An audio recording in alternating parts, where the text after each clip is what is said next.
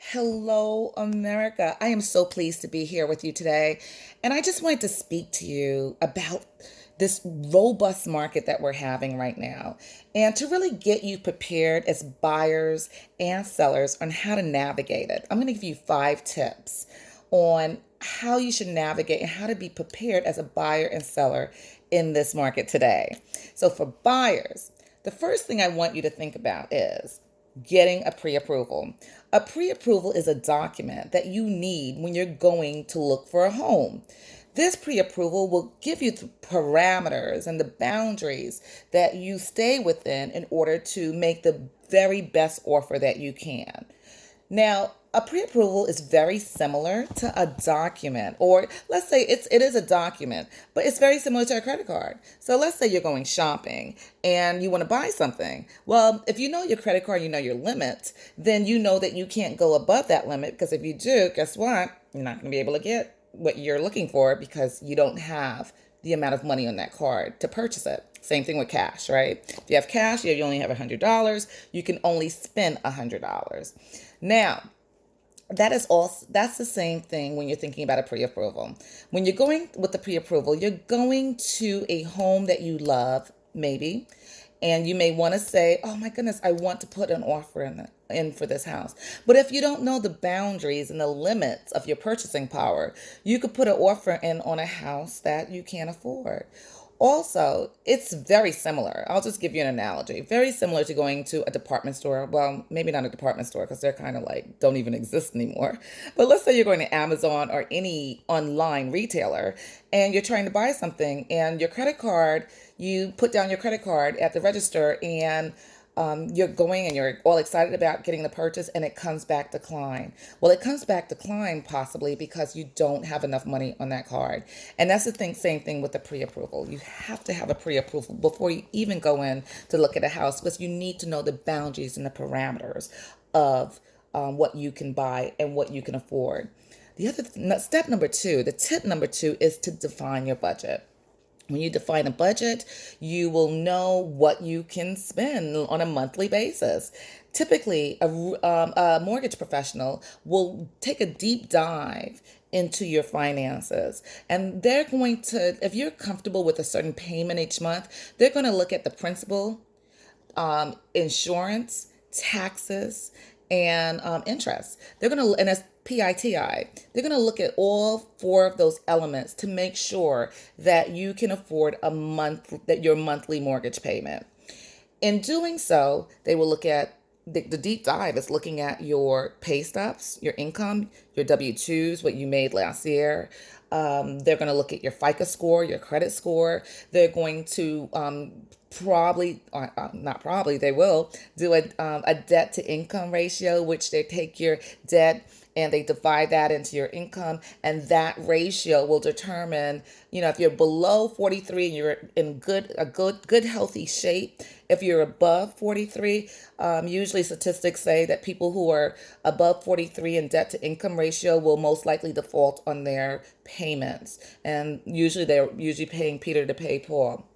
So they'll take a look at that. And as a real estate professional, I can definitely put you in touch with really, really good mortgage brokers. Okay, the other thing is, I always tell people to have a list, compile a list of your must haves. When you compile a list of your must haves, you put the most important things at top and the least important things at the bottom. So the things that would take priority would be, for instance, do I want a single family house versus a two-family house? Do I want a condo versus a co-op? Do I want a 4-bedroom versus a 3-bedroom house? Those are your must-haves. Do I want a garage? Those are the things that you know you have. Some of the least, things that may not be deal breakers are, hardwood floors versus carpet. The wall is green and I really want yellow walls. Well, those are the things that I always say, those are important to you. However, don't ever let those be the deal breakers. The deal breakers really are the things that are most high up on your list. The next thing that I would say that you definitely need to look at would be, and you've heard this a million times, location, location, location. Know where you want to live. Know what town you want to live in. and the reasons why you may want to live there. Do you want to be closer to the water? Do you want to how long is your commute? Do you want to be inland? Do you are you interested in school districts? A certain school district is a lot of times people will come to me and say, okay, so I'm looking to get into a good school district, or what's the crime here and who lives here? Are they yellow, green, or purple people that live here? Well, me as a real estate professional, I can't share that with you, but I can direct you to websites in which you can find that information. Consumers are very educated today because they have information at their fingertips. But fair housing really prevents me from telling you that stuff because it would be me giving my opinion or me steering you towards a certain neighborhood based on certain qualities, and I cannot do that as a profession, a real estate professional. However, if you want to know about crime stats, you can always call the police department. If you want to know about school districts, you can look it up online, and the information is readily available. Fifth step: find a good real estate agent like me. And the reason why is because you're going to spend 3 months, about 3 months with this person. And you want to make sure that this person has your best interest in mind. Will they be there for you? Will they answer your questions? Will they explain and educate the entire process for you? Will they advocate for you? Do they have your self interest in mind? That is what a professional does for you. They just don't say, oh, let me take you out and just drop you and you never hear from them again. No, that is not what a good. So those are really the 5 tips that I would have for a buyer today. You have your pre-approval, you know your budget, you know your must-haves, you know what location, and also make sure you have a really good real estate agent. Also for sellers, you need some tips as well. Now, the first tip that I would have for you is that you never have a second chance to make a first impression. And I say that because if when we put pictures up on the internet, we want to make sure that we are presenting your house in the best possible manner. So if it is broke, fix it. Okay, so we don't want to put a picture up that has a door hanging off the hinges. Definitely not. If there's a rip in the carpet, make sure we get that fixed. If the paint is peeling, make sure we repaint. Those are the things, those little things are really important because those things will get you the highest and best price for your house if they are presented correctly. The other thing too, and it's just so simple, just make sure that the house is clean. If there's dust, make sure you dust.